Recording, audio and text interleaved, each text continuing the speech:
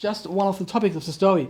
But I think people like me now think about it because it reminds us on these things. And so this is a great opportunity that you have as a filmmaker.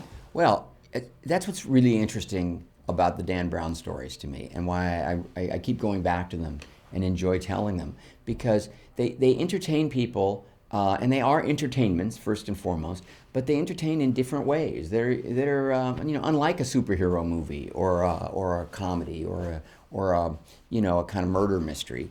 They are about ideas. They're built around controversial notions, both past and present. This movie, I felt, was much more urgent and much more modern, because it's not about theology, it's not about history, it's about something that we do all talk about and think about and that alarms us.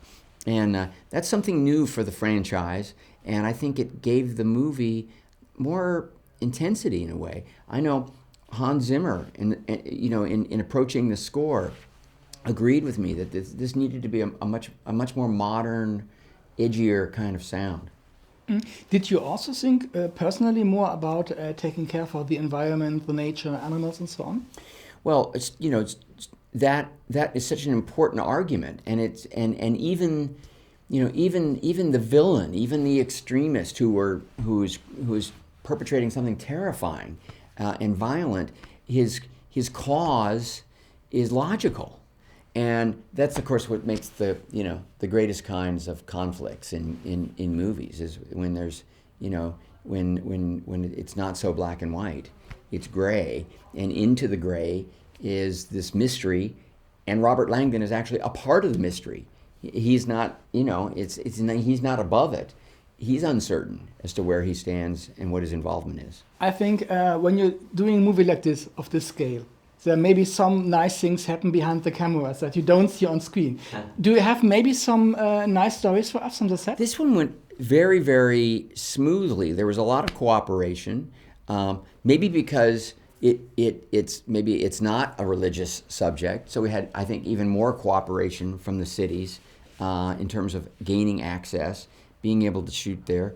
I think that the Hagia Sophia is such an amazing, stunning place. I'd been there as a tourist, but when we walked in there and began to scout it as a possible location, it was pretty jaw-dropping. And also the cistern, which is sort of the climax of our movie. We had to rebuild that set because we couldn't afford to be in the actual cistern in Istanbul as long as we needed to make that complicated climactic scene.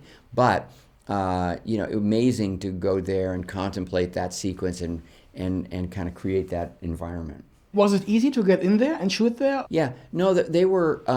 There was good access, and again, we weren't able to do our entire scene in the cistern because that's a very popular place, and we needed to be there not a matter of hours, but days and days and days. So we had to rebuild that location. But no, there was tremendous cooperation in Istanbul, also Florence and Venice as well, and that's part of the thrill of making these movies. Is it's an amazing, mind-expanding life experience, and you take away a lot of great memories. And I hope I hope audiences feel that way when they see the movie, that they've had an experience, they've been to the places. Okay, thank you so much for taking the Pleasure. time. Thank you. See you at the webcam. Okay, bye-bye. Thank you.